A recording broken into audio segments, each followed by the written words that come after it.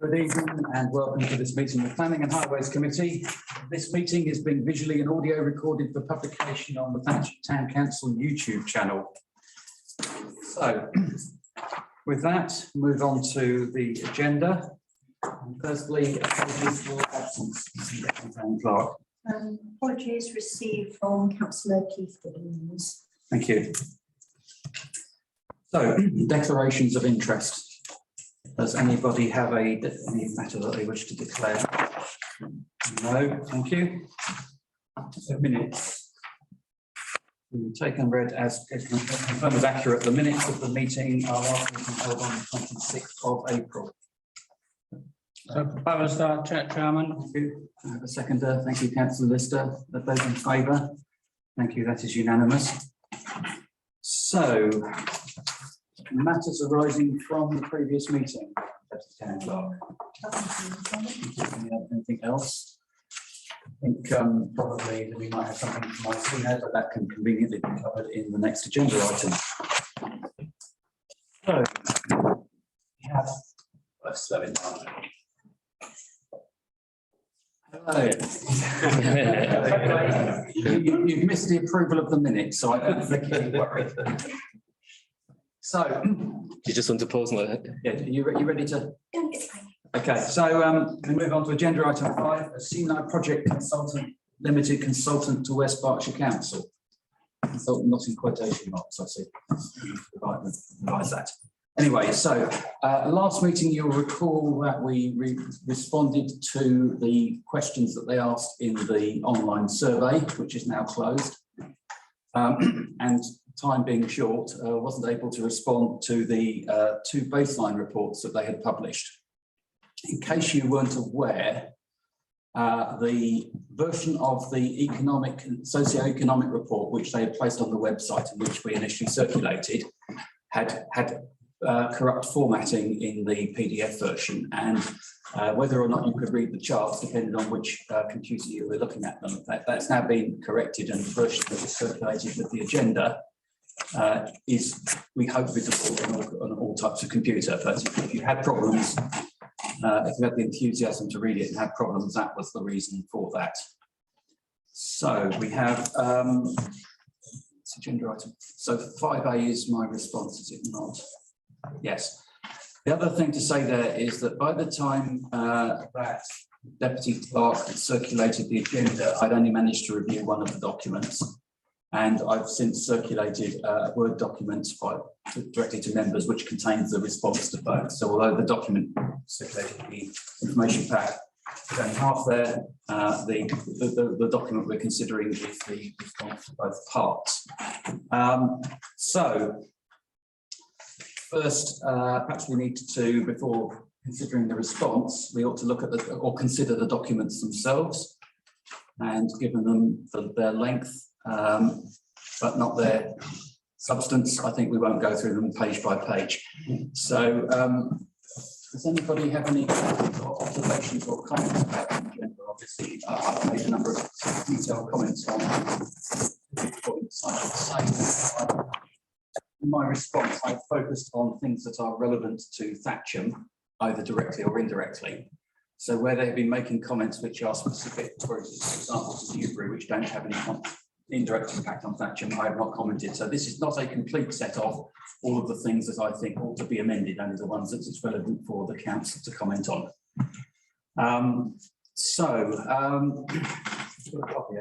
I'll flip through quickly, just to easier than going through on the screen.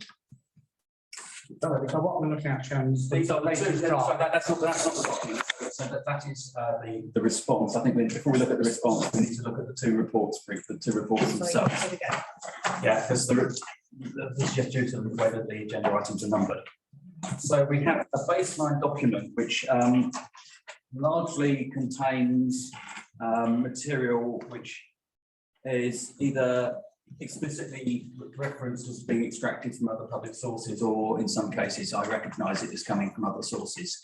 So it's largely a compilation of external information about West Berkshire, particularly Newbury and Thatcham, As you can see, in fact, they do reference a large number of council documents, which are largely the sources of this, together with information from the Office of National Statistics.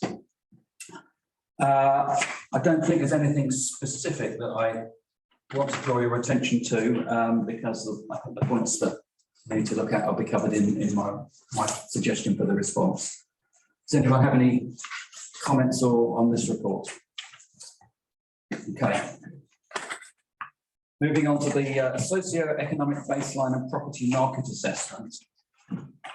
So this is a compilation of more material from the Office of National Statistics and various other sources, with the exception, and all of those are public, with the exception at the end of an organisation called CoStar, which is a company that collects information on property statistics, letting, house prices, letting rates, that sort of things, which is a subscription service which I wasn't able to check. But I have, where appropriate, tried to look at the source and the relevance. I'm a bit disturbed about the number of times that Newbury is compared with Thatcham, because I don't see the relevance of that. It should be the comparison of Newbury and Thatcham with either West Berkshire or the southeast of England. Seems to me the more, generally speaking, the more material consideration. I mean, just to come in on that one, Chairman, I mean, there's an inconsistency throughout the documentation. So if you look at the table 1.6 has got Newbury versus Thatcham. Yeah. Interestingly, the very last one then, number 9, elementary occupations, are both at 10%, yet the green bar is higher. But then if you go to table 2.5, that shows the median rents in West Berkshire versus the south east of England, but doesn't give the Newbury or Thatcham split. So it feels that what they've attempted to do is probably a desktop piece of research, yes, with open source data, yes, rather than a thorough assessment, yes. As you say, in an applicable comparison. So if I draw one particular thing which is very misleading, which is the table 1.9 on page 6, is a comment that we'll make later. Which is, you'll see along the bottom, the x-axis, after England and Wales, you'll see a number of areas which are in fact what are called MSOA, medium size output areas. And one of those is Thatcham, South East and Bradfield. In fact, that includes Crookham, Bradfield, Aldermaston, Bucklebury, and other villages, and only about a third of that is of the population in that area is actually within Thatcham.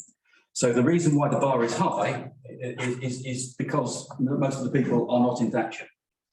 That's part of an SLA, so not it is. Yeah, exactly. But the point is that one would have hoped that they would have appreciated that, but they checked the boundaries rather than just the names of the areas to find out that that was not a Thatcham area. Jeremy, if I can just comment in general, many of the paragraphs I felt were just sort of spurious. It didn't feel like there was very much work or thought that had gone into presenting them. And this one of the demographics is an example of the 1.4, which has these, again, just a comparison for Newbury and Thatcham. Quite why it's just Newbury and Thatcham again, not the whole of South East England or England in general. I don't really understand. But even the conclusions which it reached from that comparison don't seem to make sense in the text that's above it. So it refers to Newbury particularly so in the 30 to 50 age group in terms of the older population, and Thatcham in the 40 to 65 age group. And you read it and you think, so what? What's it trying to say? And in fact, where you might think the most important age group is, if you're looking at elderly people, would be in the age group above 65, where they might need extra support through GPs or through mobility support. And it doesn't make reference to that. So it seems to draw attention to the bulge down in the lower part of the age distribution and not focus on possibly the things which are more important. So I was left wondering, what is the point of that section? And actually, as I read through it, I found myself asking the same for many of the conclusions that we were drawing. where and what is it they're trying to conclude in the preparation of the document. So that was my general observation. I think they were trying to conclude the preparation of the document in a particular timescale, rather than to reach conclusions. Maybe. Anyway, thank you. So if there are any further comments, I think probably best to go on to the document that I prepared as a response. And as I say, I've gone through point by point. There were made privately by the council solicitor. And I know in one case I misinterpreted what they said, partly because the sentence structure is not very good either. You will see that the format is an introduction, and then there are general comments on each of the two reports, followed by a table going through section by section on these. So I think probably Sorry, I'm going to have to help you. Yeah. We're looking at the one headed comments by. That's the one, yes. Is it the one with Schedule at the back. Yeah, okay. yeah, thank you. And obviously the draft watermark would be removed before. But other than that, I think it is ready. It is. There's no other text changes needed after approval. So if we start, if I go through, I think it's probably easier to go through section by section rather than some comments on the document as a whole. So the introduction. Anyone got any comments on the introduction?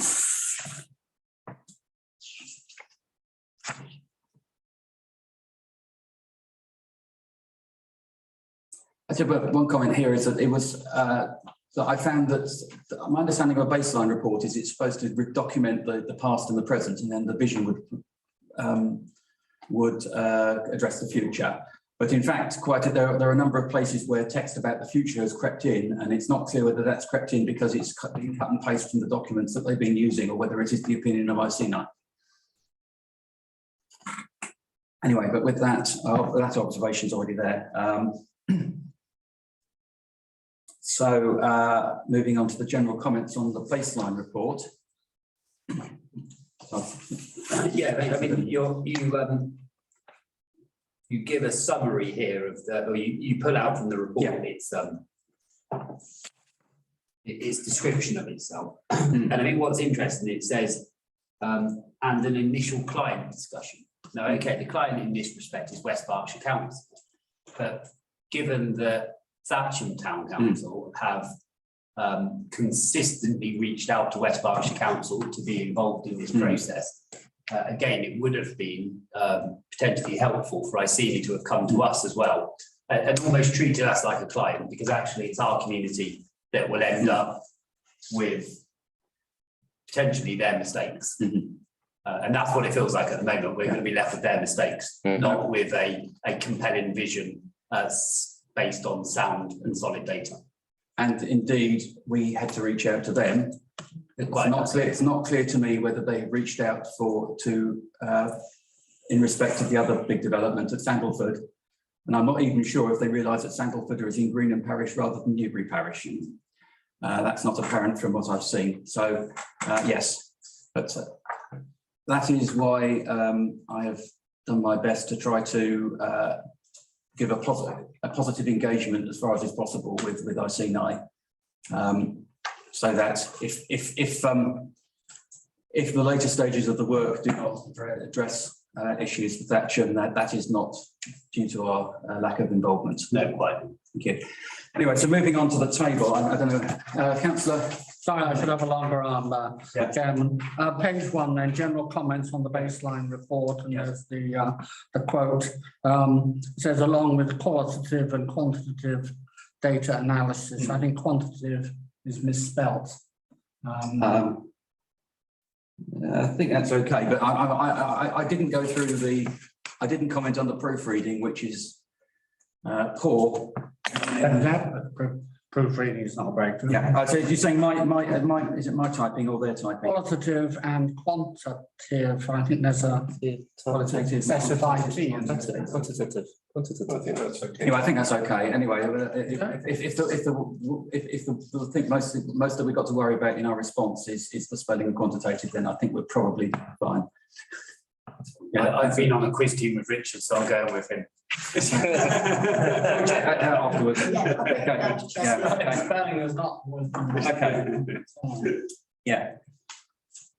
And I also comment that if you remember from our last meeting that the survey addressed quite a lot of questions about transport in 2050, which I'd have thought would have been part of the baseline because that's factual background. Therefore, surprising to see that there's absolutely nothing about it in the baseline document itself. So moving on, if we can, to page 2. The first point I've made at 3.8 is actually not to do with scratching directly, but I think it's an important enough one. It's an important enough one that they, the report would look extremely odd if it wasn't updated to reflect that. Next point is that they say that Thatcham is 3 miles west of Newbury in the document, which I thought was a. I think we ought to highlight that. Lawyers say, well, if you got this wrong, what else? Yeah. Wrong that we haven't stopped. Yeah. Probably quite worrying for the people of Kinbury as well. Yeah, Chair, I mean, Councillor Crumley there says, you know, if you got this wrong, what else did you get wrong? Yeah. But that is a really pertinent point. You know, if you can't get the location of a town right, Yeah. you know, how can you, how's a member of the public meant to be able to trust anything else that they're putting in? I mean, Yeah. you know, you've gone and looked at the original sources of the data to check it. A member of the public shouldn't be expected to do that, especially Yeah. when West Berkshire Council have invested so much money with these to deliver it. So the second point that I found mentioned throughout the document is that they refer to a document called West Berkshire Vision 2036, which is a document, as far as I can tell, produced by the Health and Wellbeing Board, which is, although it's under the auspices of West Berkshire Council, is not a part of it, and therefore is not a bind. It's a separate, set up as a statutory separate body with representation from large representation from medical professionals. And therefore, the document, while it is important, is not definitive. The vision document refers to it as if it is a binding policy of the council, from which other policies flow, which may be in practice, but it's not true as a formal process. Maybe. I mean, at West Berkshire, it does have a lot of weight. It has a lot of weight, but it's not a binding document. And I think we adopted it as a council Okay. as well after Health and Wellbeing. Okay. I mean, Health and Wellbeing Board is a bit like an old LSP, the local Yeah. strategic partnership, really, just with a bit more of a focus on health and wellbeing. But Anyway,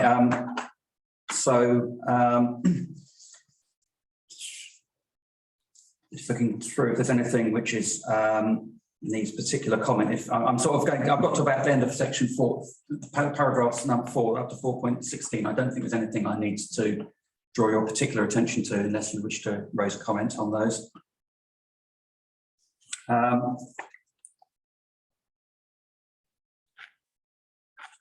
important point I think about the housing is that they refer to the fact that the housing population growth in Newbury is higher than in Thatcham, and the reason for that is simply that the current local plan directs all of the new housing to Newbury, and therefore it's not a natural event. It's a consequence of planning policy. I wonder if in reality it's probably Greenham, not Newbury. True. Because the racecourse and Yes. yeah. So Yeah. Do you want me to add? I mean, Newbury and Greenham. If you say to the west of Thatcham, I think perhaps that's the point we need to make in here is when they're referring to Newbury, added point in the introduction, that it's not clear whether they're referring to the parish of Newbury, the connotation. Yeah. And they need to distinguish where appropriate, they may need to distinguish. Can I raise a point? Yeah. Paragraph 6.9 reads the requirement for more housed for people over 65. That's my typo. That's my typo. 6.5, it should be houses for rather than houses. Yeah, so that's I think that's an important consideration there. Chairman, yeah, I think it's particularly important because one of the emphasis on the local plan review was the avoidance of having new traffic and reduction in traffic, and an emphasis on active travel. And if this is all meant to feed into a local plan review for an environment which is focused around active travel, having a large number of wheelchair user homes may not complement the plan very well. That's true. electric ones. So that's the 6.13. They seem to place great emphasis on a relatively small difference in house prices, which could actually be due to the houses in Newbury being sold more recently because they're new build houses. I think 6.15, I think is an omission, councillor Crumley. Yeah, sorry, 6.13, the line about sales, it should read, surely, it follows out the average date of the most recent sale, or the most recent sale, or. Yeah, well, yeah, the the most recent sale was probably anyway.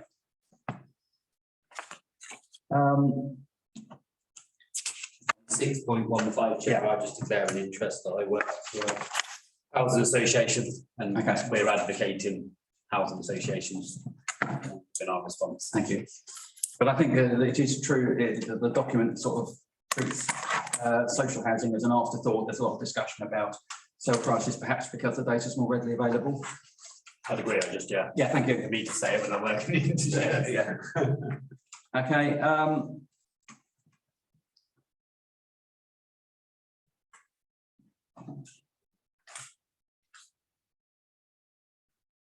7.7, I clarify that affordable housing as a technical definition doesn't mean that that people can afford to buy it. Particularly as the document elsewhere suggests that the majority of houses are either for older people or for people wanting their first home. affordable housing also includes social rent, which isn't available for purchase. Yeah. So Okay. it includes rented stock only.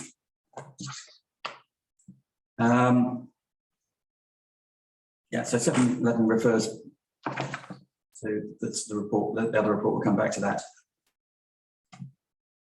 So 7.19, 7.20 is there's a formatting error that they appear to have sort of put paragraph numbers midway through a set of bullet points. Now, there's a point about Yeah. 7.11. Yes. The metric of properties let on the open market. What does that mean? I don't understand. Well, it's how they measure properties on. They refer to they use a metric, a measure of properties that are let on the open market. Okay, that's fine. 7.11 is, I think by that point we're getting to commercial property, aren't we? But, That's okay. Yeah. If everybody else understands what it means, that's fine. okay. So 7.21, I refer to there's a statement that there's no master planning for Thatcham, which obviously is not something which Iceni would be appropriate to comment on the merits of the merit of that. But I point out that there is a document in the absence of a Thatcham vision which hasn't been referred to. Councillor Dillon, followed by Councillor Crumley. It's a tiny typo. You've got his paragraph, and it should be this paragraph should include. Okay.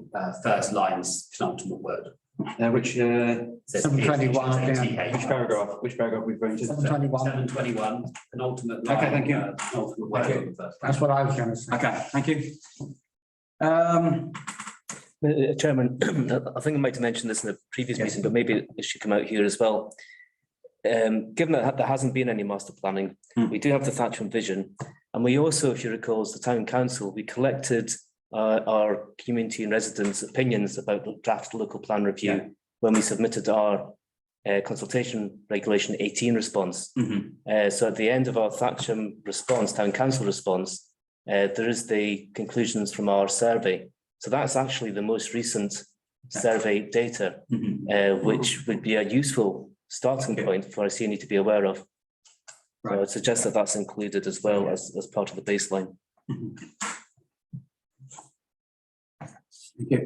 So we'll add a sentence to that effect after the meeting. If Councillor Lister could provide the sentence, that'd be easier.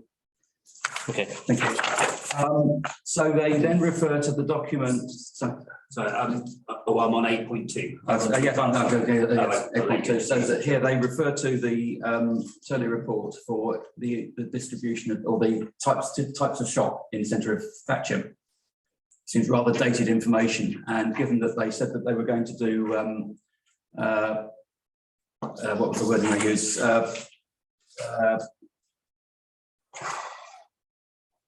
Site visits. They were going to do site visits, that it wouldn't take that long to do a site visit around the centre of Thatcham to count the shops if they're there in 2022 rather than 2009. That's saying they've already performed a site visit. There's one mention of a site visit somewhere about the type of housing in the estate. So, yes. Not to the town centre, though, I don't think. No, Councillor Dillon, does that address your comment? No, I was going to say, where it says Iceni should undertake its own assessment, Yes. that should appoint someone to undertake an assessment. No, I think they in principle have the expertise to do this. And I'm not comfortable with their expertise so No, far. no, So but I think- like another organisation to carry out. I think in the context of what we're responding to Iceni, I would agree with you, but I think that for the purposes of this response, we have to work within the brief that the Berkshire Council has been given. So I can't, given that the But brief. the document in 2009 wasn't from Iceni. No, but I'm saying that So they could commission another. they study could, they based- could. Yeah, Yeah, but I think that's what I'd like to ask. okay.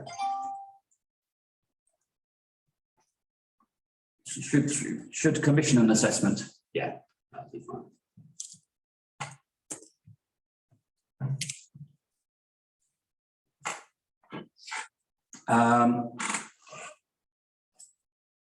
Okay, so we mentioned the level crossing.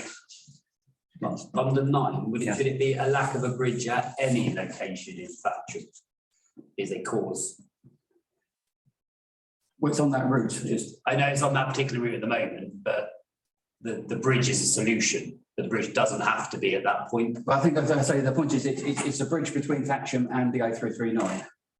Okay, but that doesn't, No, so the point is- that's why I'm, no, so I'm So I'm saying, yeah. so I'm saying that particular replace location. at this location with on the route between Thatcham and the A339 to To be able to Basingstoke. get over the railway line at some point within the parish. Yeah, but it's in that direction, going towards Basingstoke.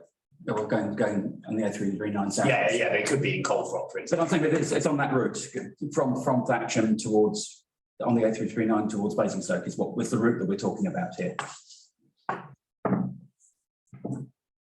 It's not taking us to the. I know what you're saying, Chair. What I'm saying is, Yeah. you're saying the lack of a bridge at that busy Yeah. location can cause delays. As I'm of half an hour. suggesting replacing at this location with on the route from Thatcham to the A339. I was just saying a lack of a bridge over the railway Okay. line. Yeah, that's fine. Delays. Yeah. That would be adequate. Yes, I'm quite happy with that. So if you can make that change.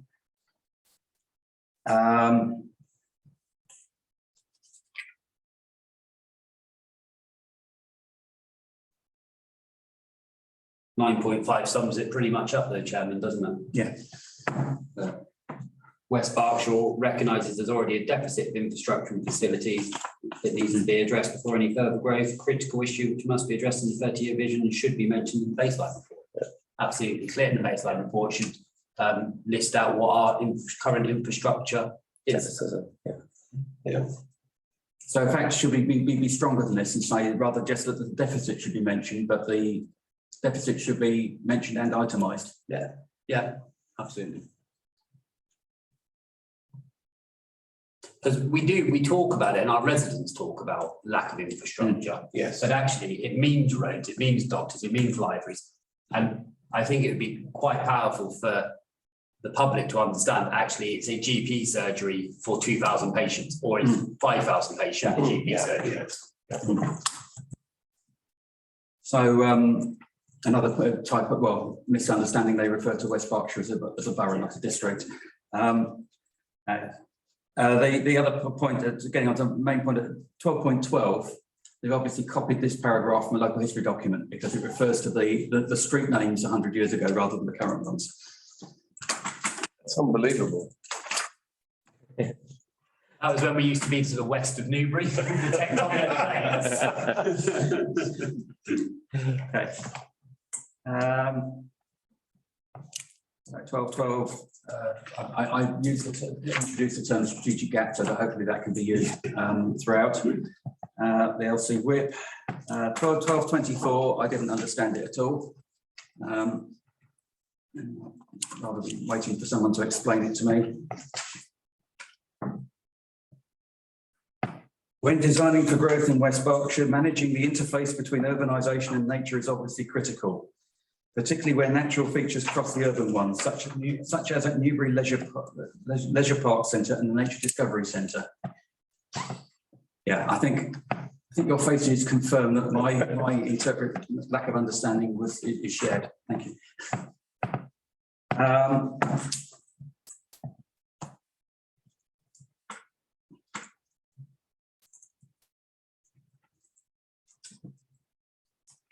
So 13.4 actually it appears to me to be not correctly interpreted, or that quote the paragraph of the National NPPF that these documents are supposed to address.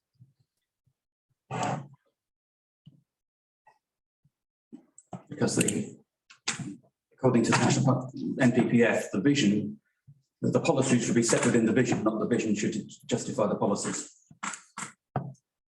Yeah. Okay.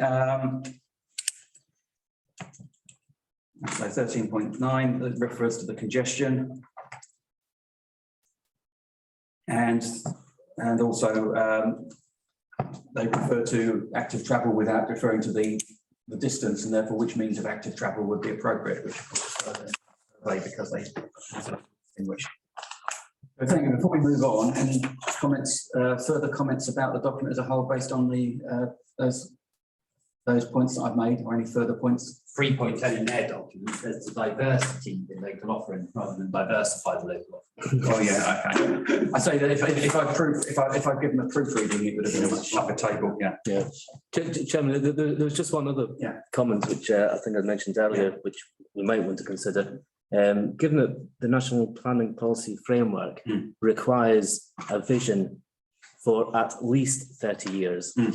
And this local plan local plan review starts from 2021, and by the time it's adopted, it will probably be 2023, possibly, and therefore the period of this should be 2051 or 2053, and therefore this does not fulfil the minimum requirements of the National Planning Policy Framework. I would say that is probably more to do with the next document, because if this was a baseline, it should be referring to the present, and therefore it's purely a title, not to do. It shouldn't be to do with the substance, because it shouldn't be. This document itself shouldn't be referring.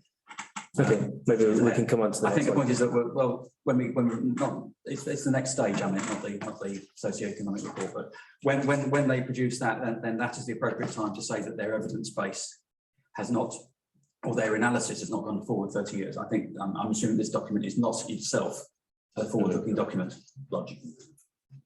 Yeah, we'll park that comment for reference next to the next document that we review as soon as we get a chance. Okay, so socioeconomic baseline is again a compilation of readily available material. So most of it's in public domain, apart from one source that is taken from a apparently a well-known subscription website.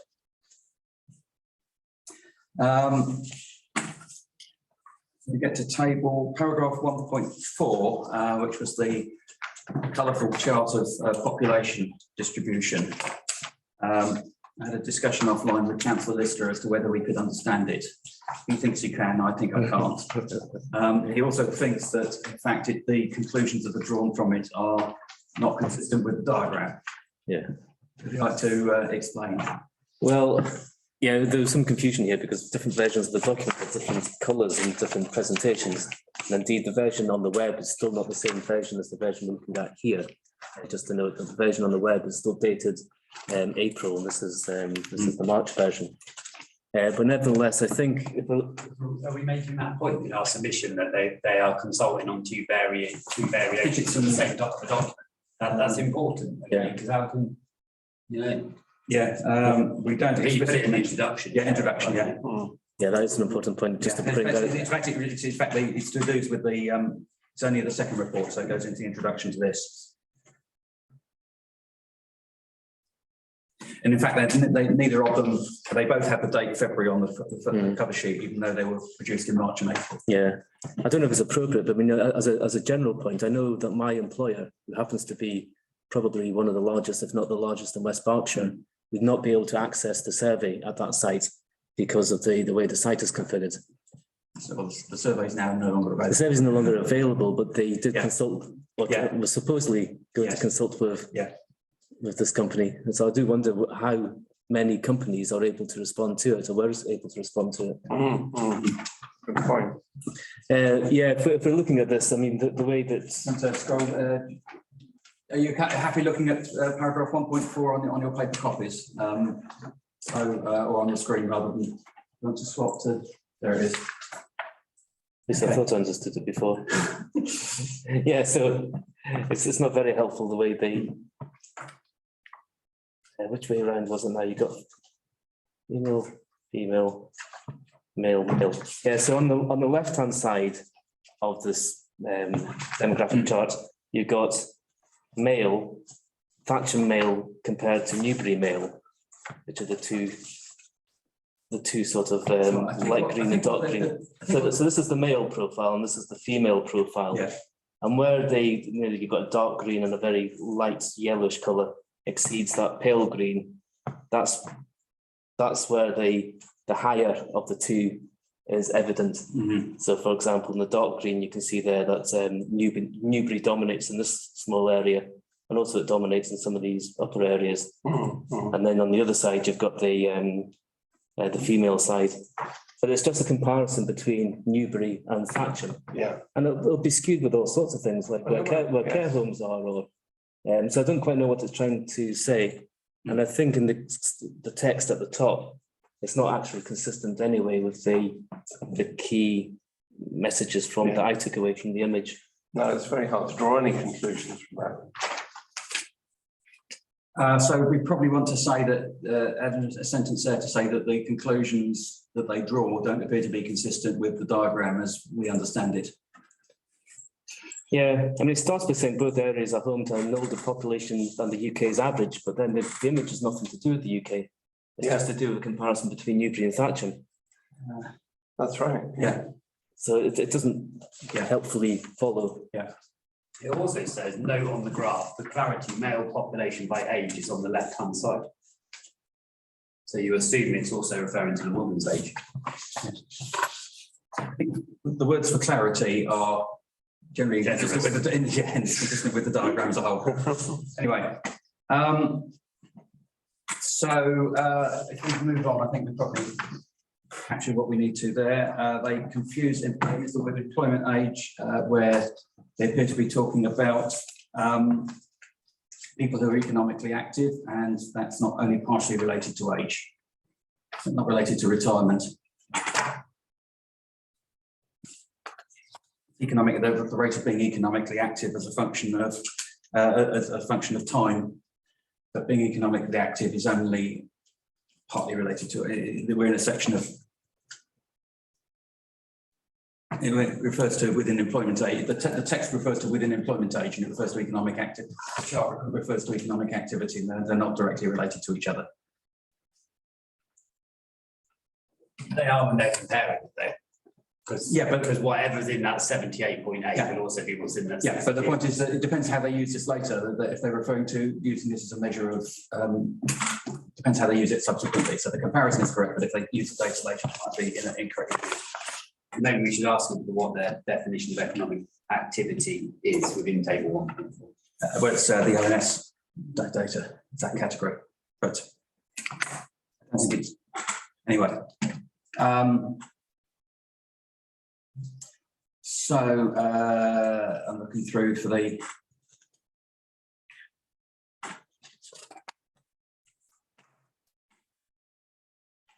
go to paragraphs 115 and 116, and the chart which incorrectly includes South East and actually Thatcham South East and Bradfield as being actually in Thatcham, so we to discuss that. And the same is true, well, I think the same is true in the charts, the maps which refer to wards. The text refers to wards, but I recognise I believe I recognise the maps as being MSOAs or perhaps LSOAs.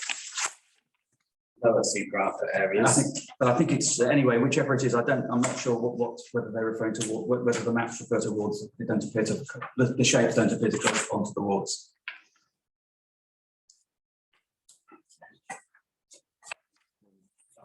what it is, can you? No, but knowing the shape of the wards fairly well, they don't, it's a big wards. No, they wouldn't, they shouldn't be wards if they're IMD data. We've normally done it in NSL. Yeah, I think they told me that some of them they combined LSOAs up to ward, approximately wards, but it doesn't look that this is the case.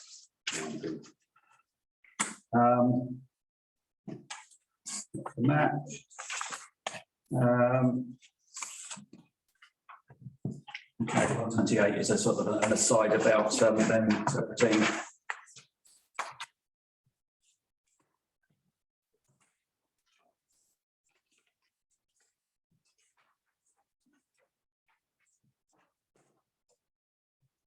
Quoting the economic development strategy as of course only goes up to 2023, which is rather a short proportion of 30 years.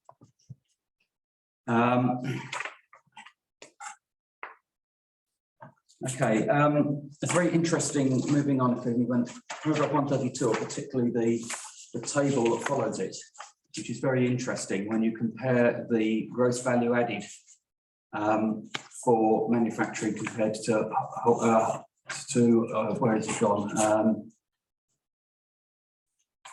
Transportation and storage. In the context of where we'll come back to later about a discussion about the new or the recently approved planning application for Thatcham. So I highlight that is an important factor.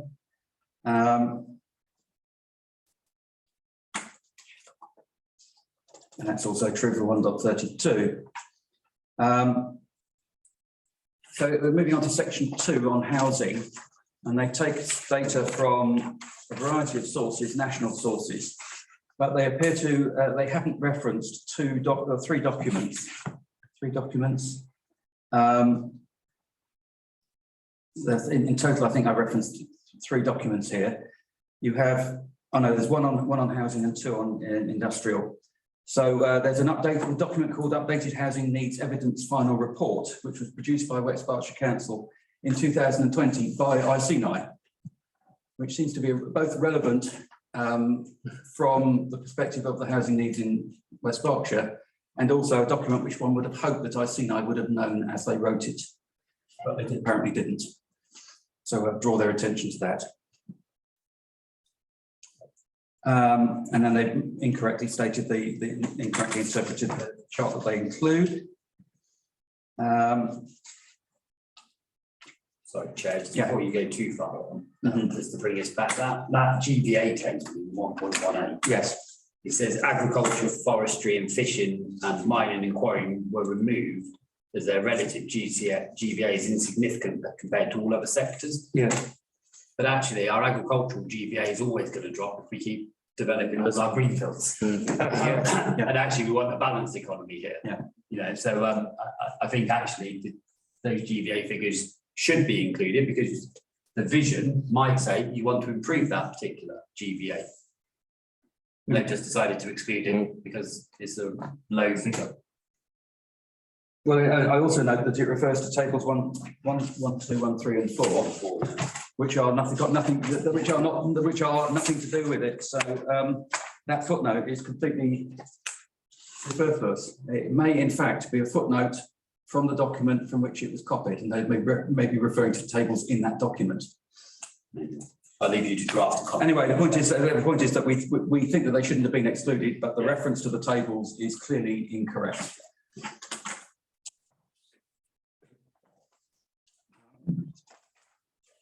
So, section 2, paragraphs 2.1 to 2.8 refer to the housing, and then move on to 2.9 to 2.24, which refer to commercial property. And if you look at the paragraph 2.15 and the diagram there, it shows property transactions allegedly for office.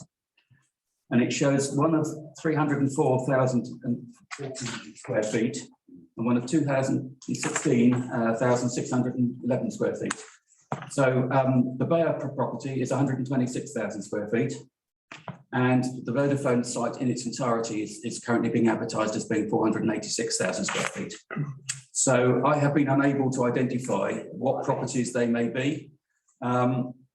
I wouldn't be surprised. It's also ONS, it says, so I don't know what they are, but I don't believe them to be property transactions in West Berkshire. Sorry, Chairman, what section is that? There's a paragraph 215 and the table 210 within it. Thank you.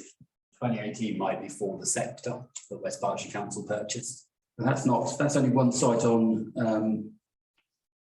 the Newbury. No, I'm just saying it correlates roughly with. It does, but it's not that big. It's not that big. It's only 2 floors, and it's not. Okay, I was just thinking of big offices. I was just thinking of big offices. Yeah.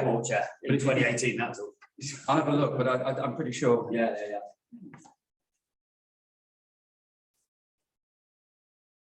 Incidentally, I didn't mention it because it's not in Thatcham, but they refer to both the sector and the building opposite as being new, whereas I think they're both refurbishments. Certainly, One's definitely a Riverside is definitely refurbishment, but they refer to it anyway. And so that wasn't, I thought, relevant to us.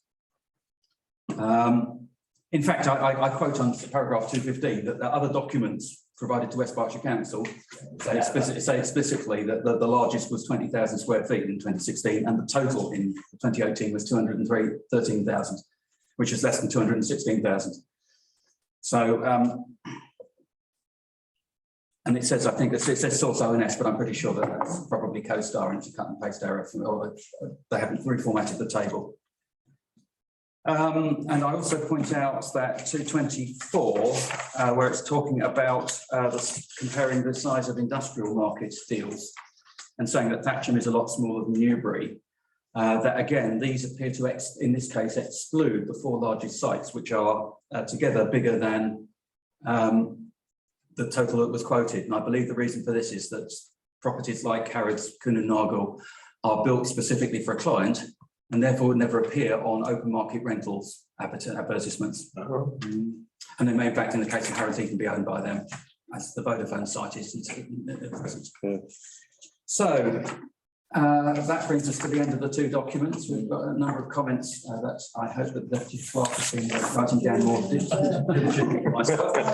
Thank you. So and move to ask. Chairman, can I just offer my thanks to you for all the diligence you put into this and preparing that document in advance, because I think you probably put more diligence into this than the authors of the original document have.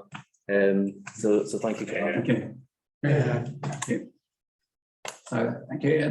My aim is that if the shortcomings in those 2 reports propagate into the vision document, then it's not due to a lack of this council.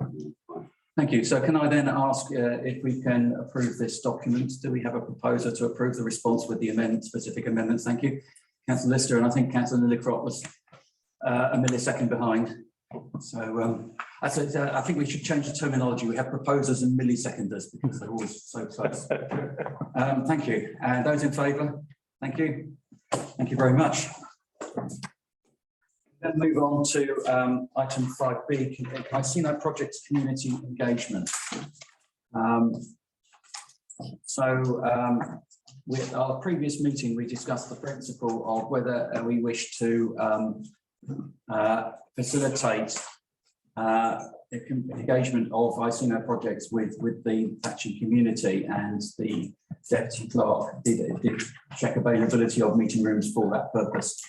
But since then, we've become aware of the specifications for the work by Iceni, which calls into question whether that would be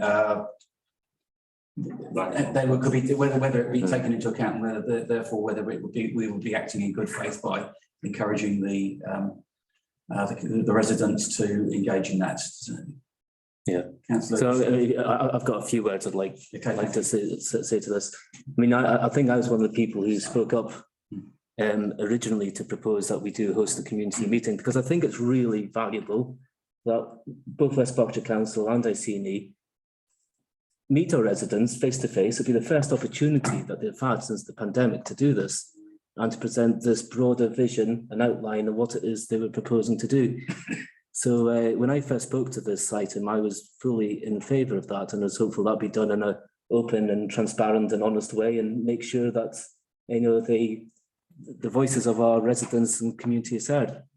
But since what's happened in the last week, and it's become clear what the terms of reference are and what the requirements of the work are, then my view is very much different.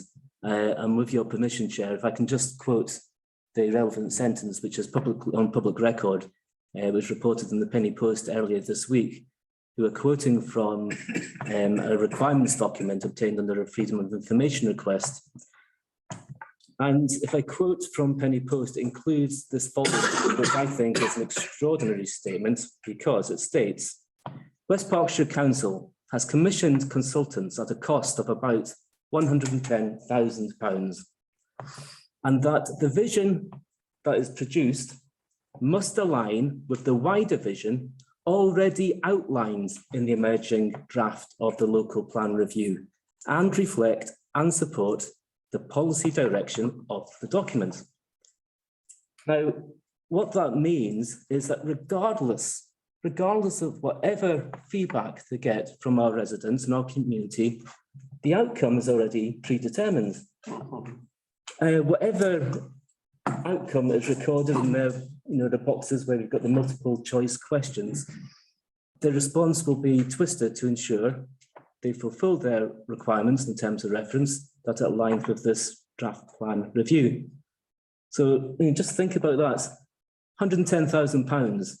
For a start, that's about 5 years of this council's contribution to the Thatcham Library. It's a significant sum of money, provides no benefit whatsoever. And in my view, I think this can only be described as deceit. It's asking our residents to fill out a questionnaire on a false premise. It's asking them to do so in goodwill, to give a vision for this town, whereas the terms of reference are such that the outcome will be given to fulfil the requirement from West Berkshire Council, which has to fulfil the local plan vision, local plan review. So it's an incredible waste of taxpayers' money. So I know, going back to where I opened here, if we are to host a public meeting, and I still think, I think it's still right that in some ways West Berkshire Council and or Iceni do this, but they can only do this now if they are absolutely transparent on what the terms of reference are to which they are working. And they explain that this work will be done for the sole reason for producing an output that is for West Berkshire Council. And I think it would be improper for us to go ahead with an open community engagement unless those terms of reference were put in the public domain by Iceni, because otherwise we'd be consulting with our community under a false pretense, I think. So, just to conclude, I think it really just saddens me immensely that West Berkshire Council are throwing £110,000 at this. And it just saddens me that they are taking our residents for fools. Now, I mean, they're hard words, maybe this committee will disagree, but I really feel quite strongly that there's a missed opportunity and they need to be far more transparent and honest in this type of engagement. Yeah, thank you. Yeah, I mean, I'd support Councillor Lister's words and his train of thought of where we end up. And if you were to propose something along those lines, I would be supporting that. I think £109,000 is a sizable chunk of money to be outlaying. I think within the document itself, it talks about this town council being challenging to engage with, and lays that out as almost a condition with Iceni, whereas actually we've just tried to reach out to them the whole time. I think it's them and West Berkshire that have been the challenge to engage with on this, not us.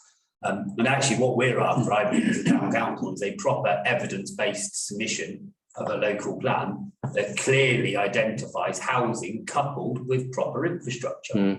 And if we start seeing some housing developments come forward that have got matched infrastructure, then, we'd be fools not to start supporting that. We're not NIMBYs. We know that Thatcham needs to sustainably grow. But we haven't been presented with anything which is of sustainable growth yet. You know, to the contrary, you know, it will hurt the town for generations to come. So, yeah, absolutely. I think let's go back to them, say that they need to lay out their terms of reference quite clearly. And if they do that, maybe we can rejoin that debate. But also what I'd like to understand, Chairman, is the national planning policy framework, you know, and the government requirement for a 30-year vision does not say it's to sign off what you've already put in motion. You know, a real 30-year vision is about navel gazing. What's the future of West Berkshire going to look like? And then you build your local plan and your developments to match your vision.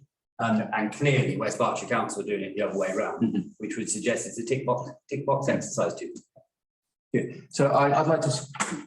I think the first question we ask is: Do we continue to offer engagement with our residents with conditions, or pull back completely? I get the impression that if the conditions are right, I would suggest that also another condition that I would wish to see is that Iceni inform the residents on what matters their comments can influence the outcome, the outcome. So I would suggest that with those two conditions that the specification is publicly known and that the remit of meeting and what it can influence is known to the residents before that we continue to offer that to Iceni. Yeah, I agree. Thank you. If that's a proposal, I'll be happy to second. Yes, and I think you've noted the pretty much. I've got just a bit, but I'll. Thank you. Yeah, thank you. Proposed by myself, seconded by Councillor Lister. Those in favour of that approach, thank you very much. So here endeth this meeting's agenda item on engagement with Iceni. But probably not the last. So we move on to matters more immediate and more local. Agenda item 6, the proposed cycleway lighting scheme for Bath Road. So you have Madam Deputy Town Clerk. So we received from West Berkshire Council notification that they had a request from a member of the public to add additional street lighting on the cycleway that runs parallel with A4. And they've deemed that it benefits the cycleway to have the improved lighting. So they're suggesting a scheme of 7 streetlights to be installed along that stretch. Just to say, I think this is a consequence of LED lighting because the cycleway, as you can see, is set back some distance from the road edge. The street lights are lighting the road, and because the lights are more directional, they're no longer lighting the cycleway. Councillor Dillon.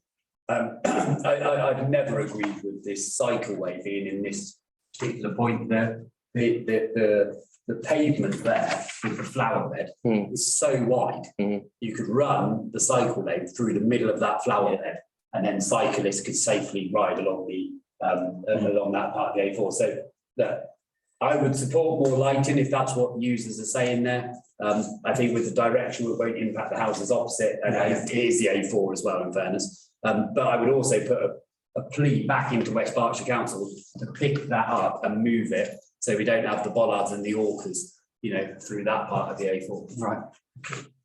And of course, there is actually there's two cycle routes here. There's the on-road cycle route, and there's also, I'm going to come on to this, they're actually a very complicated web of off-road cycle routes. Yeah. So could you bring up this is the West Berkshire online map showing the cycle routes in this area in green. This is the off-road cycle routes. I know, I rode it on Monday with my son. Yeah, and in fact, it hasn't been updated because it doesn't show the new cycle routes along the south side of So the point I was going to make here, and I did raise this previously, is that all of the crossing points of the A4, so effectively people will now be approaching the roundabout from Newbury on the south side of Bath Road, Benham Hill, not the north side. And to get to this cycleway, they've got to cross the A4. And all of the current crossing points are close to the roundabout, in fact, they're partly obscured by trees or curves in the road. So I've suggested that I'll set up that in fact, people will naturally continue along here, and the obvious place to cross is here. And in fact, if you did it here, then you already have a central gap in which you could mark up the lane. Also, there's confusion here as to where people go at the end. As in fact, I looked before coming this evening, there's a sign here which is totally uninformative and suggests that the cycle lane goes both ways. So I would suggest that we support the lighting. I would be happy to support the comment from Councillor Dillon about the whole thing, and in particular to have a dedicated one for cycles here, because in fact most people coming along that cycle road will continue somewhere here. Some of them cross here, some cross here, some continue along the pavement here, which is too narrow. I crossed exactly where the cursor is, my son. Yeah. When we went on the bikes into Hambridge Lane. So, yeah. Yeah, so the point is that it would be good to have that marked and also finger posts to show what the preferred route is, because there are so many options there. It's not clear what people are intended to do. Yeah. Councillor Cromley. Well, unfortunately, I haven't driven along there at night. It does seem to me that the road is well illuminated anyway. My initial response was I looked at this before. There's enough lighting to cover this secondary route as well. But this is, I call it the secondary route. This lighting is not on the road with the orcas, but it's the pathway that runs. I thought pathway runs immediately to the south of. I query as well the cost of this. I mean, this comes from a roads budget. I'd like. Haven't we got a complaint somewhere about potholes? The road surface should be repaired and maintained first of all before we go on to the grandiose projects like this. So the cost I'm concerned a bit about, and also my view would be there must surely be sufficient lighting already without this. So I think site being added in. I think the problem is that the new LED lights are so directional that they shine on the road and they don't shine backwards. So that it probably was okay when we had the old inefficient lights, but the new ones don't light it properly. Too efficient, if you say. It doesn't. In fact, the letter doesn't say. I had actually thought that it would come from one of the government active travel funds, but it doesn't say that.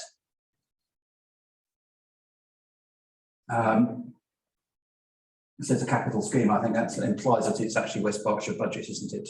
Councillor Dillon, would you interpret it that way? The letter. The West Berkshire budget. It says a worthwhile capital scheme. That implies to me that it will be from the capital programme. Yeah. Okay. So I guess it's still money will be within the capital budget, for example.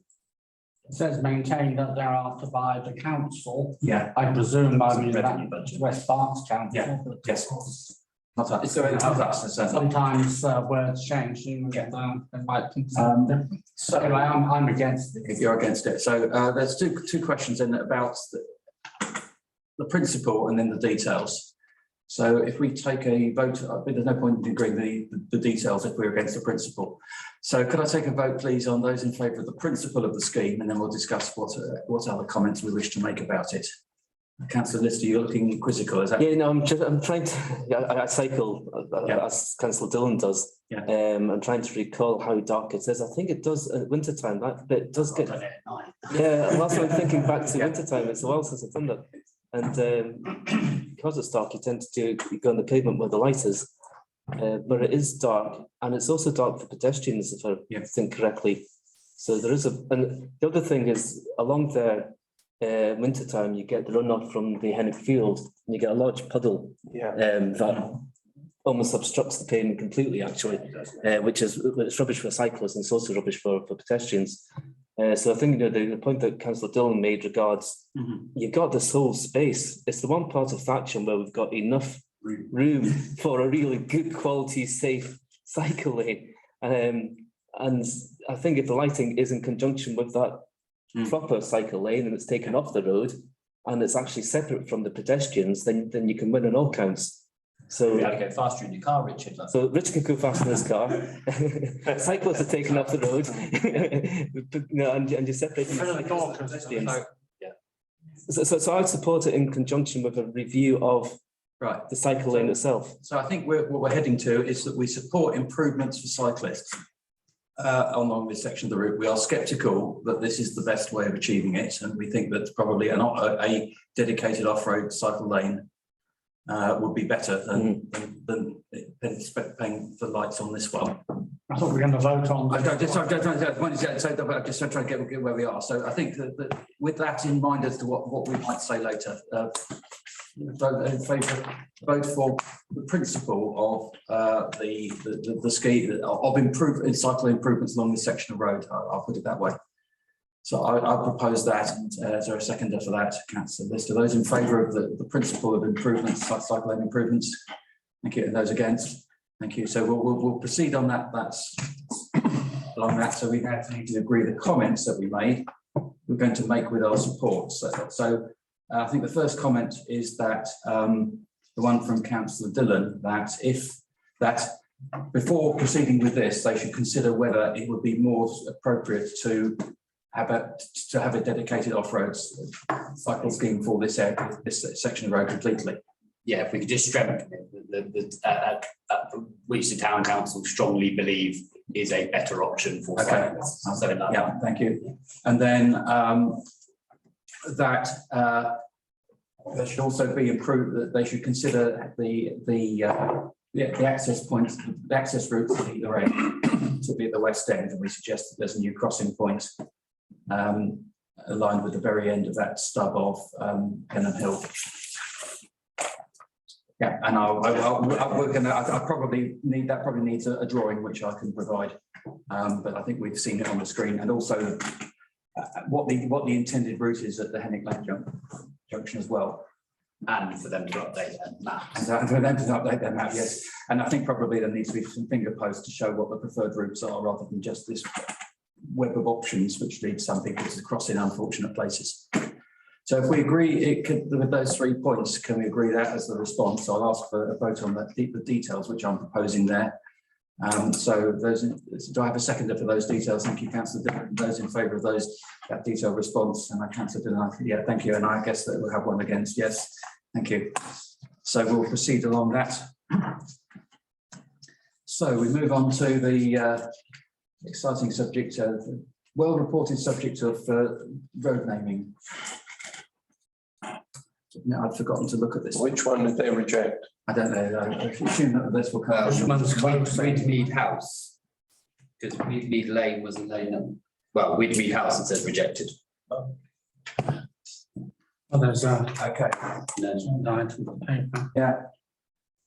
Interestingly, I took reading the press coverage from Yeah. the last meeting, Yes. and this committee had said an Arrow Smith House as a reserve should Yeah. only be rejected, and then one's been rejected, and then Okay. taking your reserve. Okay. So can we take it that we've already reached a decision on that point, and therefore we don't need to debate it, and we'll just ask the clerk to. What point, sorry? This is the street naming. Oh, Actually, I'm looking at that, and for number one, then they seem to have rejected Fisherman's Close. Yeah, we had a reserve. Yes. What was, So, I don't have the, Okay.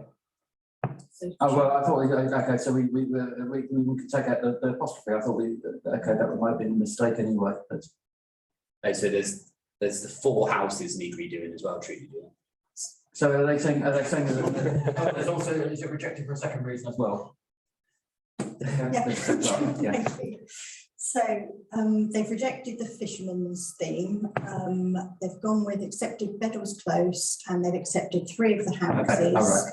right. They rejected Widmead House, and then we also put forward Arrowsmith as a reserve, which they also rejected. So they're now looking for a couple of extra names that we Okay. can put forward, so that they can decide whether they're okay to go through.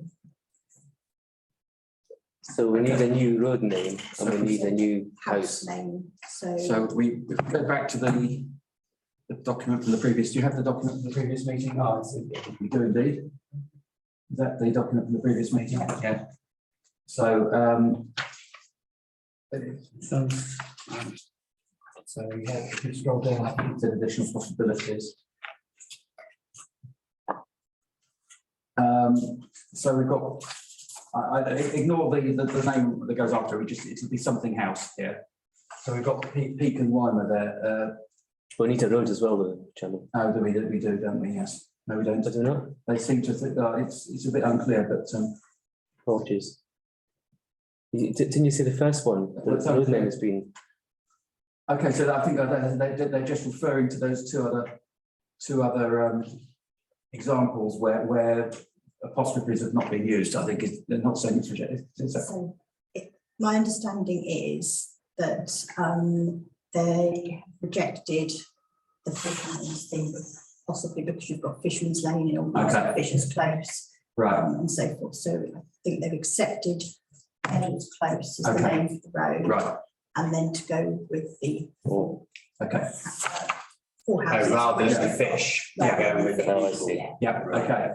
So we then had apart from the fourth house. Apart from fourth, we need to get another It's, name or a couple of other names. it's unclear. That's comment about Aerosmith. It's unclear whether that's saying implies it might be rejected. I think it's very close to the development. I think that's anyway. So if we just scroll down and we see the reserved names that we had previously, or the suggestions that we had previously. So That was Beddles, yes, where we worked from, and then we were looking at these. yes. So did we? Is Brook all? They all been used or So- rejected. They will have been used. Was Brook in the list? Or do we? Brook got accepted. Brook Brook accepted, okay, Yeah, yeah, okay. Bottom got accepted. Yeah, okay. Adam got accepted. So what I suggested is we just go down and we need. Yeah.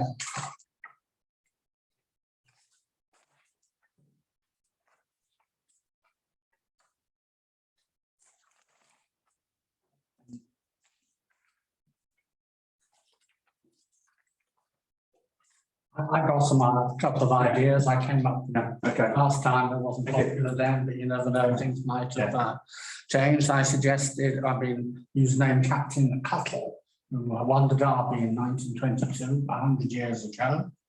And another name we could use would be Lloyd George, or David Lloyd George, who was Liberal Prime Minister, was also a solicitor. Yeah. And he was Prime Minister 100 years ago until October 22. So there's an angle. It's up to yours to anyone. I like them, I just don't think they're then in keeping with the others. Can we, I don't mind the names. Cuttlefish. I did worry about. Lloyd George was pretty. Could I suggest that we just offer the list, the list, Peak, Weimer, Collins, Sheridan and Barber in that order, Yeah, so that they can then give them a few. give them a few, select from that list in the order that they don't reject them. There's no way we're going to know about names in Aldermaston. Well, you can actually check. Okay, but we're not going to now. I'm not going to. So give them a decent list and Those four people are residents of Newbury. Who, which one? Weimer, Collins, Sheridan and Barber.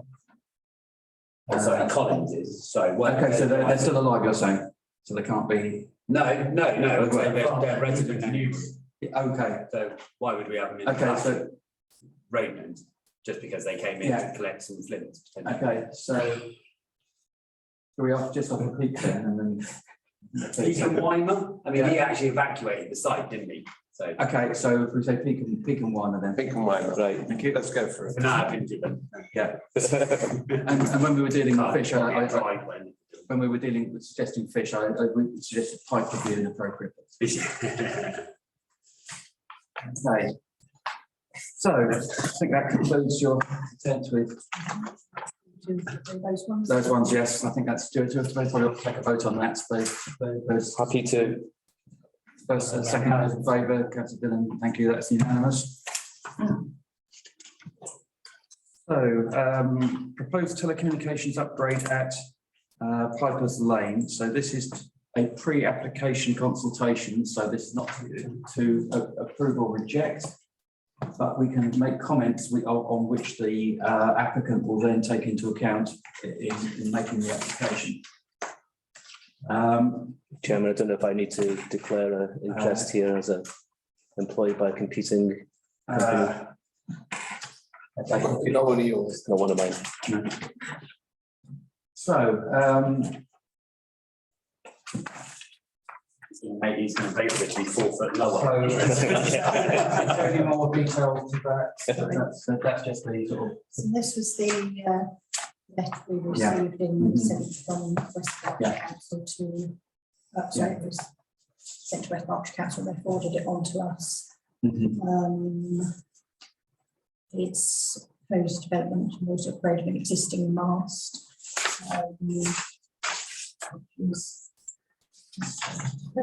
This one here.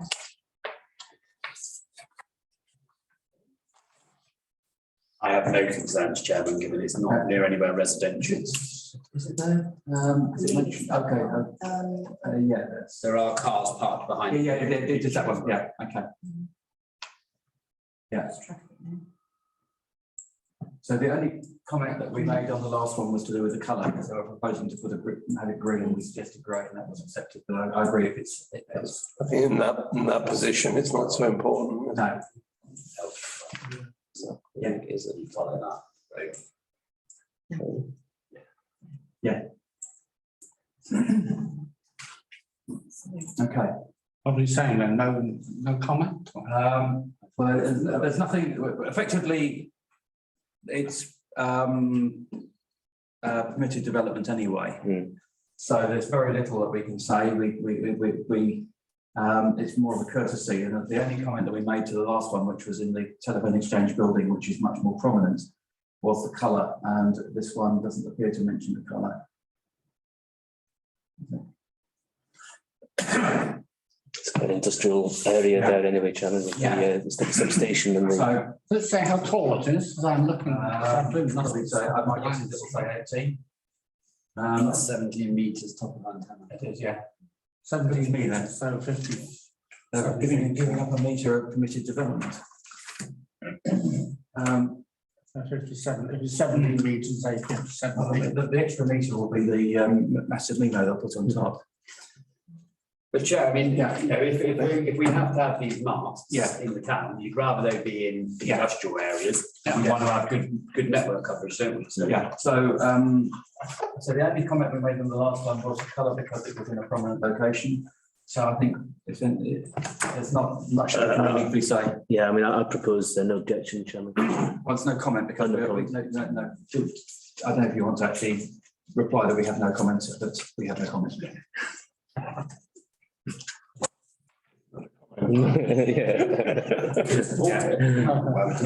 I'll vote on that. You happy with that? Agenda item 9, land adjacent to 1 Gables Way, Bath Road. So you probably haven't been informed.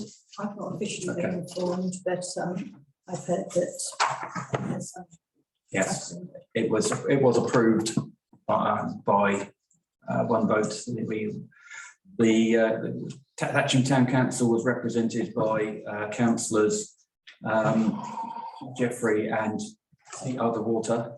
So that was both parties and both West Berkshire councillors who I think added, as well as being Thatcham Town Council. So I think that added extra weight, but despite that, the planning application was approved.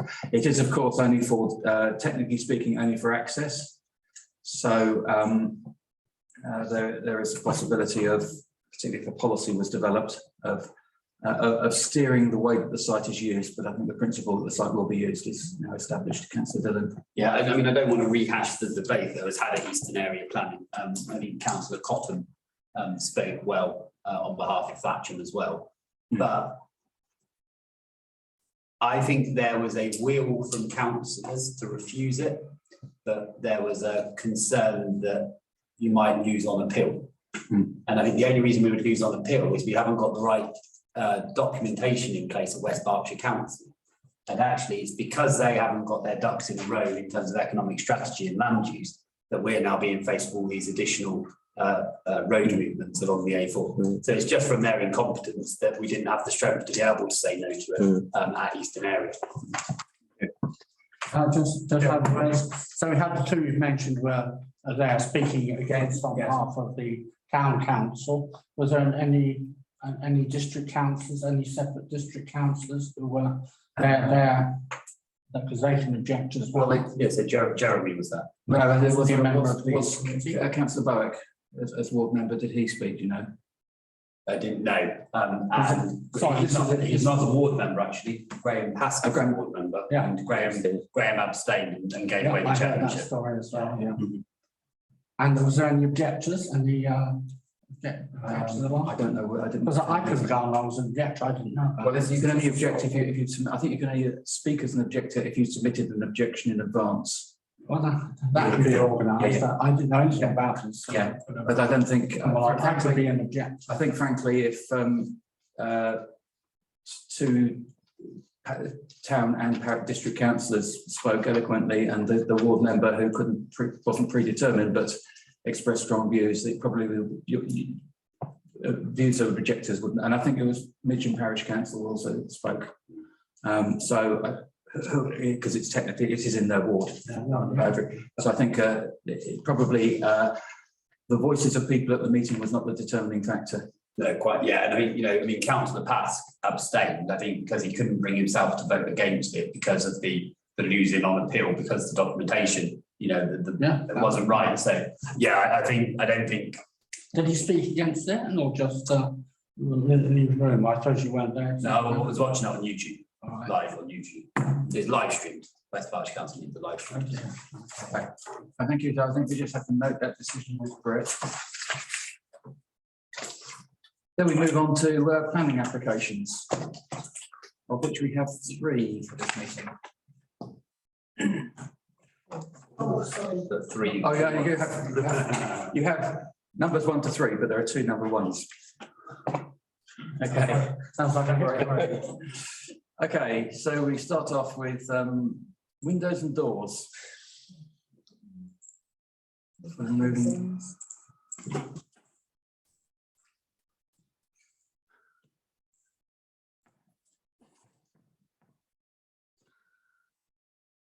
Okay. What is it for High Street? Not the right address, it looks so sweet, A46. Where is that? 4 to 6.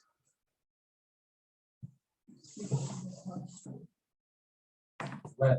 High Street? I believe it's this one here. Yeah, I was going to say, right now, from my dad's pub's number 2. I was thinking, maybe I'll declare an interest on this one. Okay.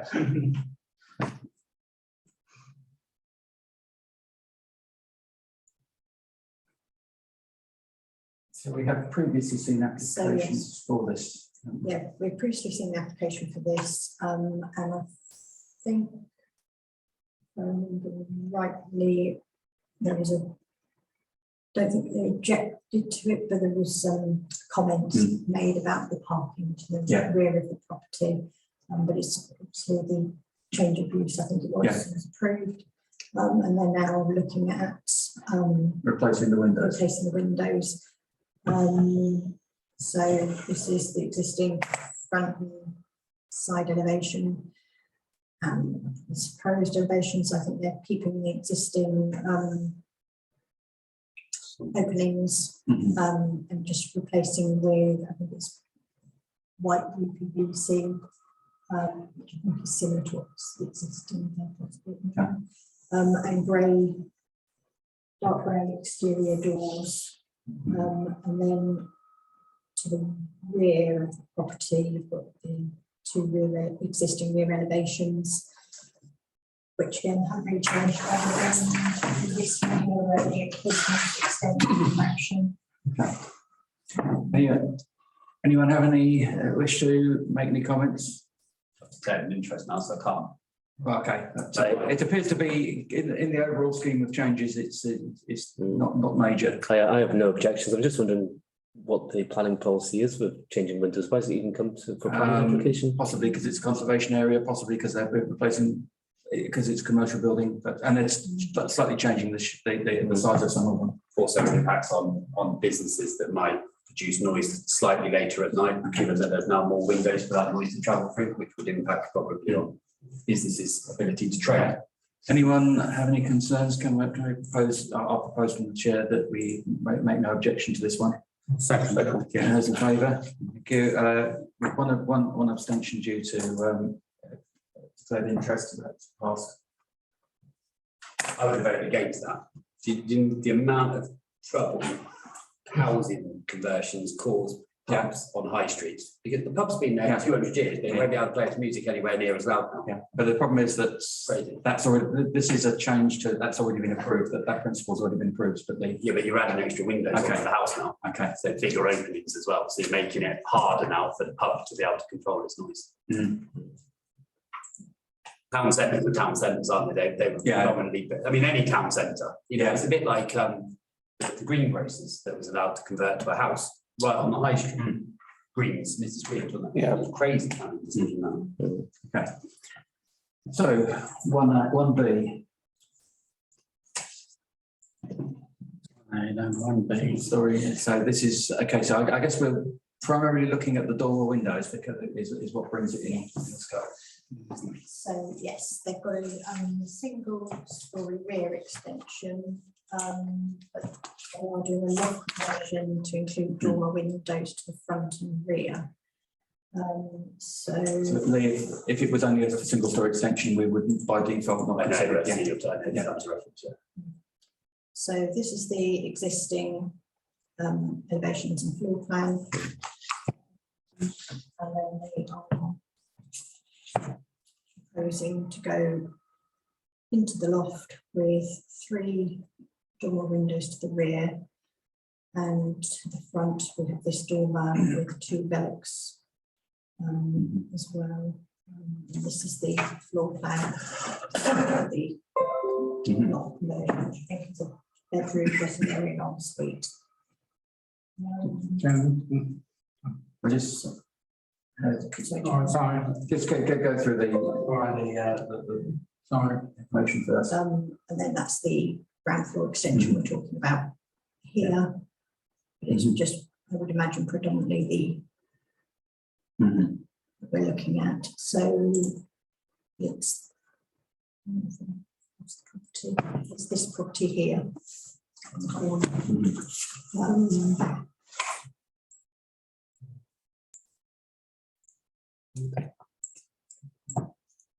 So it looks like they have parking already for 4 cars. That's the house side. That's the house. Yes. So that's where there's proposed 1 dormer to the front, and it'll be going up there, and then to the rear we'll have the ground floor extension, and then 3 dormers to the rear here. Have a look around, couldn't see any other precedents for a roof extension in the area. So it's in the same sort of style as other ones, but it's going up, but they're higher. But higher. Yeah, so they. So you've got. You've got the same style there, haven't you? No, but That's in the. Built into the second floor. Yeah. So it'll be going higher. that's the first floor, as it's the second floor. So Councillor Crumley. Thank you, Chair. We talk about front and rear, but of course, it's one side and the other side. They both seem to be pretty visible. Can we go back to the plan? That one there on the right, just there. Both sides there, you see how prominent those so-called dormer extensions are. To me, they're far too prominent to the point of being hideous, and I think they're gross is the word that occurs to me, and I think they're much too large and too prominent. I'm sure they're against recognised planning rules and regulations, so I'm dead against it. Any other comments? Have there been any comments from neighbours who would be overlooked by those windows? There were no representations as far as I saw. Because of the layout of the house, they weren't really overlooking, it was overlooking the front garden of one and the road and the other side. Yeah, yeah. It's looking out, isn't it? Really so overlooked, and everybody will see those. Absolutely. But just as the ward member, I mean, that particular house there, it doesn't overlook anyone, and then there's an alleyway around the back of it that then leads back out onto me. So I think from an overlooking point of view, I don't think it will impact on any of the other residents. And I think the fact chairman, we haven't got any objections, would probably identify that.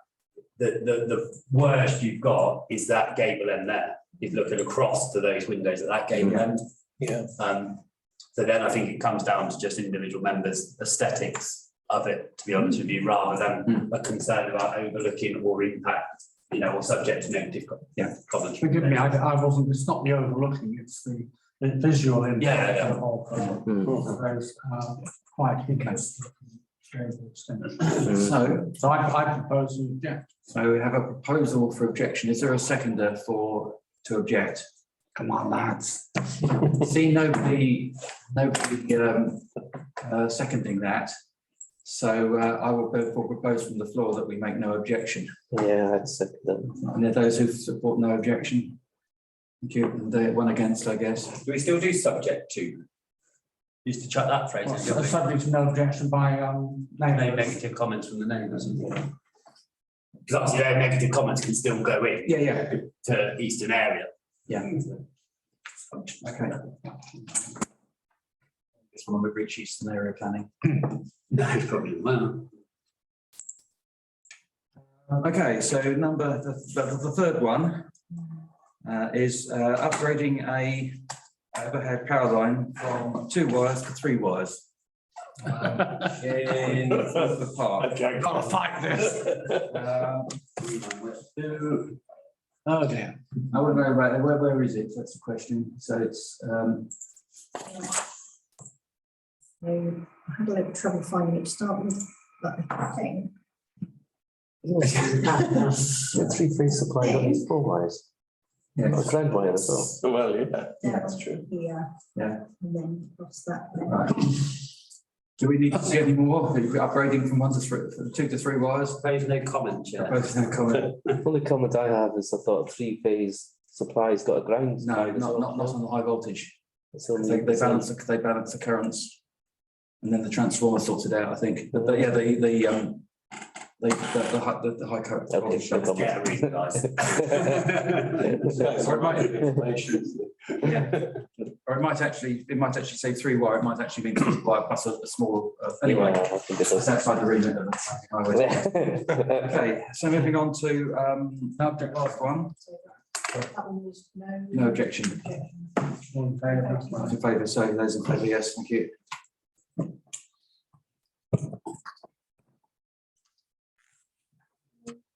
There you go.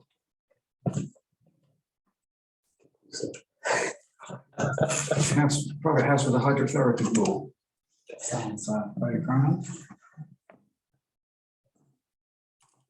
So this is a proposal to construct a hydrotherapy pool in the rear garden property. It's a single-storey building, 14.5 metres by 8.5 metres, to contain a pool, hot tub, sauna, steam room, changing room, cloakroom and palm room. It's to the rear of the property where there's a hedge.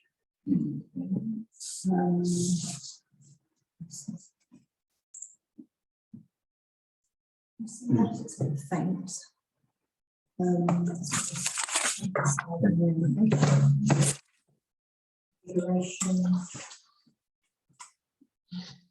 Where is it? So South of the A4, I think- Piper's Lane and what I call Texco Roundabout.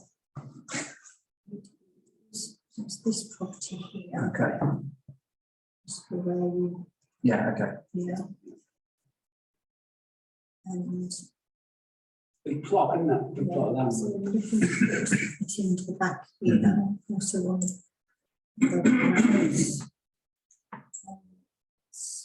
look at it from the other angle. Yeah. So looking to put to the property there. So they're shielded by trees from. Yeah, that's what it's. It's lower as well. The A4's slightly higher than. Okay. What's Okay. that one there?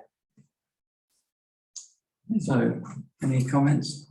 They said there's materials, they're going to have multi-red facing bricks and some. Sorry, is it just one story? Yeah, with a pitch roof. No comment from the neighbours? Just can we? Can we use it? Okay. Opposed, no objection?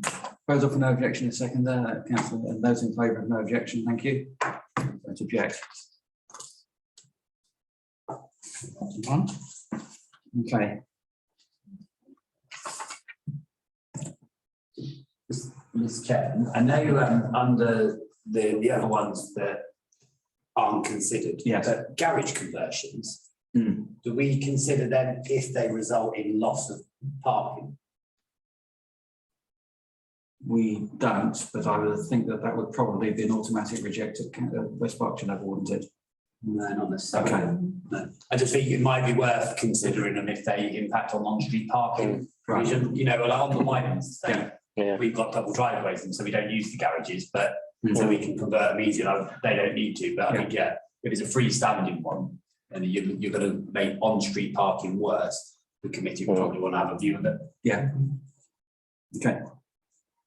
Shall we, yeah, that, probably once put that formally on the agenda because we're changing the terms of reference, or we'll decide that at the next meeting. But Yeah.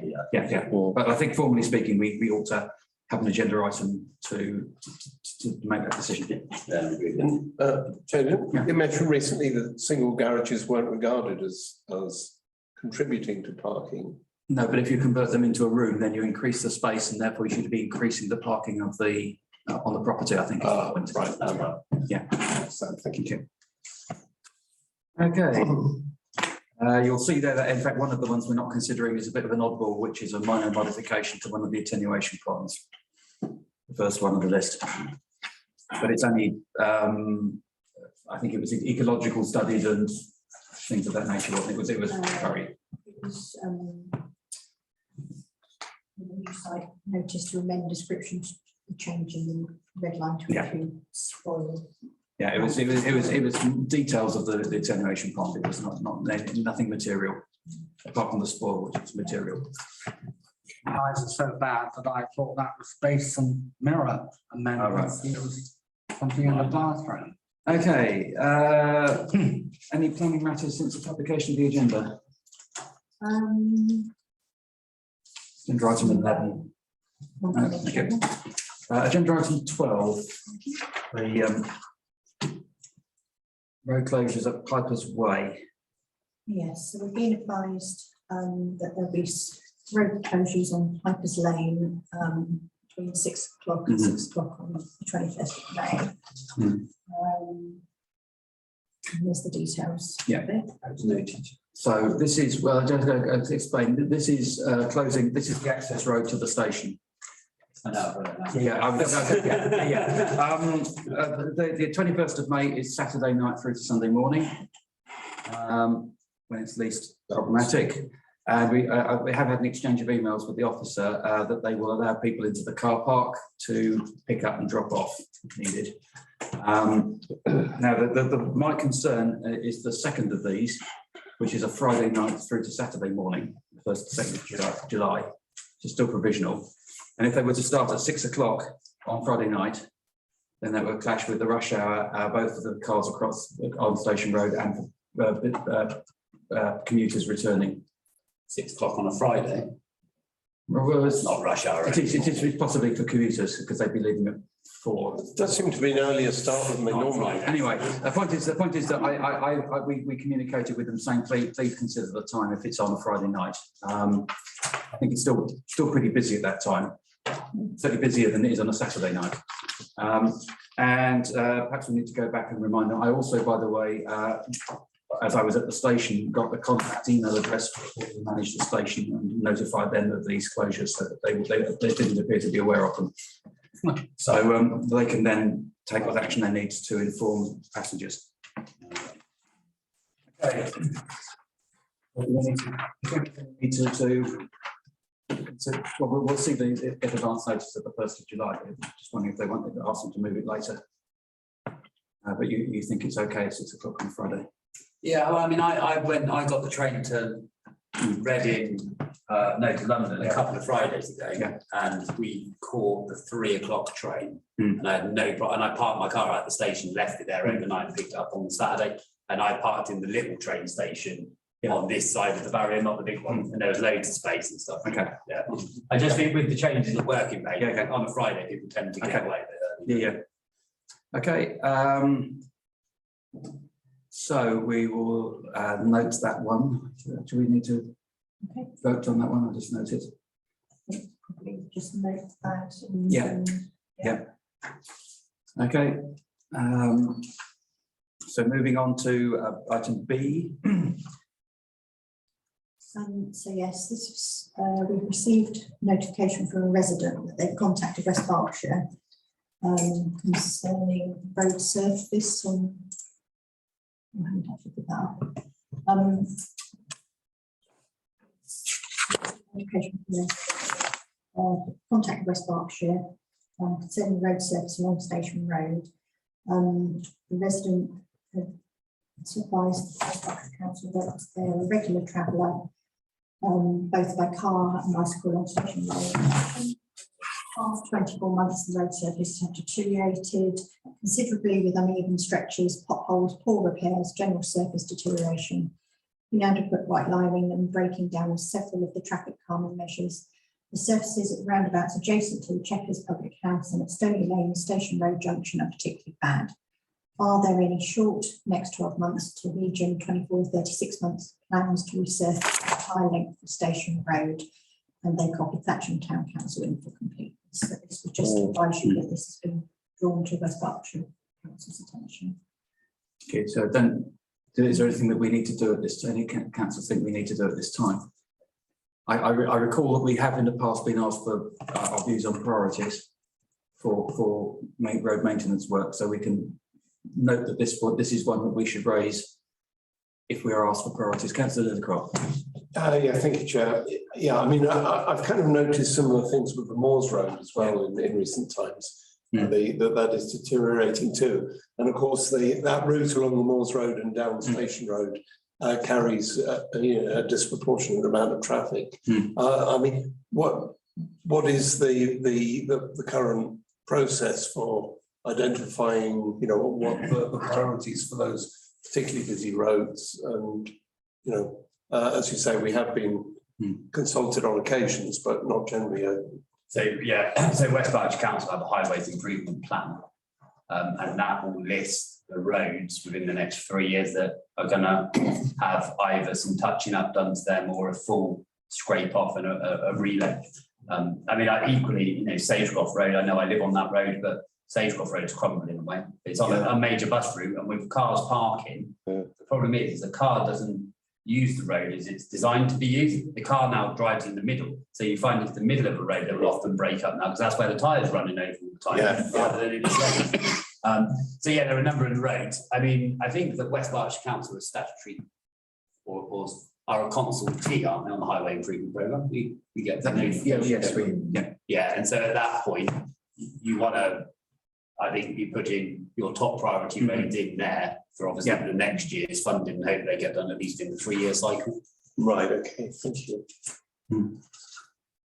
Okay, thank you. So I think that's something to note. Councillor Crumley. Are we going to reply to this complaint? Because it's a good letter, well written. Are we going to say that what Thatcham Town Council I think because we're copied in. So perhaps we just say that we agree, and we will include this. We will give this a priority when we're consulted next on the improvement plan. Or can we say we've asked one of our district councillors to take up cudgels on your behalf?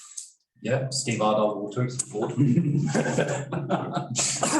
I've got enough uneven. Called sidestepping. No, it's called, I've got enough uneven and badly defined roads in my own ward. It's been one where we have to know which side of the road it is, because the parish band, the band is up the middle.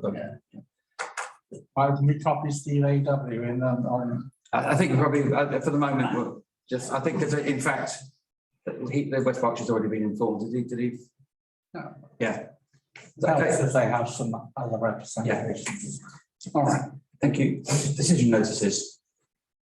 I'm seeing John Winstanley tomorrow night, Richard. I'll raise it with him then. thank you. Great. There we go. He'll probably add it to his long list of deteriorating roads. Yeah. And in fact, it's not an improvement programme, it's a patching and restoring programme. Yes. Okay. Before getting their PR cycle there. Thank you. Okay, so agenda item 13, this is the list of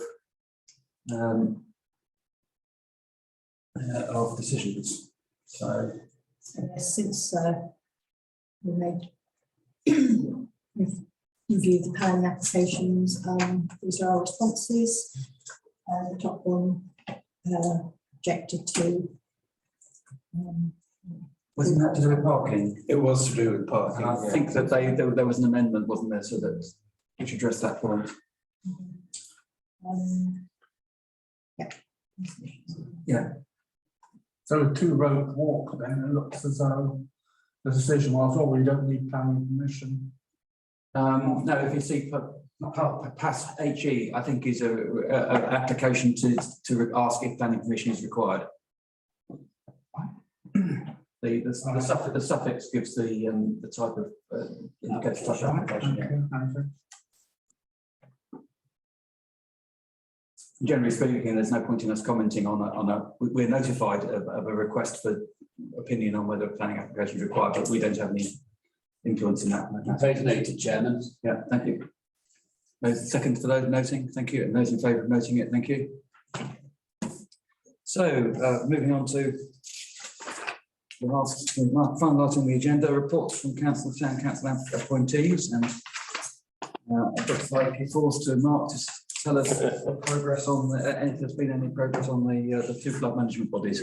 Yeah, thank you, Chair. Yeah, I mean, the main priority at the SWMP and the Flood Forum currently is to get the remaining 3 schemes finished in a timely manner. There have been some concerns about various bodies involved not communicating particularly well, and Councillor Dillon and I are joining a meeting at West Berks tomorrow evening to try and expedite those last items and get the whole flood scheme finished, the SWMP. So Thank you. So we may have a more substantive report for the next meeting. There was a planning application that there was a lot of furore about whether they're trying to get it before the Eastern Area planning, and what's the latest news on that? it wasn't the most recent one, but Is that what you'll be discussing? We'll discuss that tomorrow night. See if we can find out exactly what's going on. So I think I mentioned it last week at full council. I mean, clearly there's quite party support in this room for getting these flood works completed. Yeah. Yeah, that planning application, obviously we need to get it in, to get the ball rolling, to get the developers in. So I mean, we're all on the same train of thought there. Let's just push the officers to get, you know, Put it on the top of the pile instead of at the bottom, you know, so that's brought on. yeah, about 16 years ago now. How long ago? 2007. Yeah, 15. 15 years ago. Yeah. 15 years ago. You know, we need to get it finished off. So thank you very much. That brings us to the end of the agenda, and the meeting is therefore closed. Thank you. We stopped.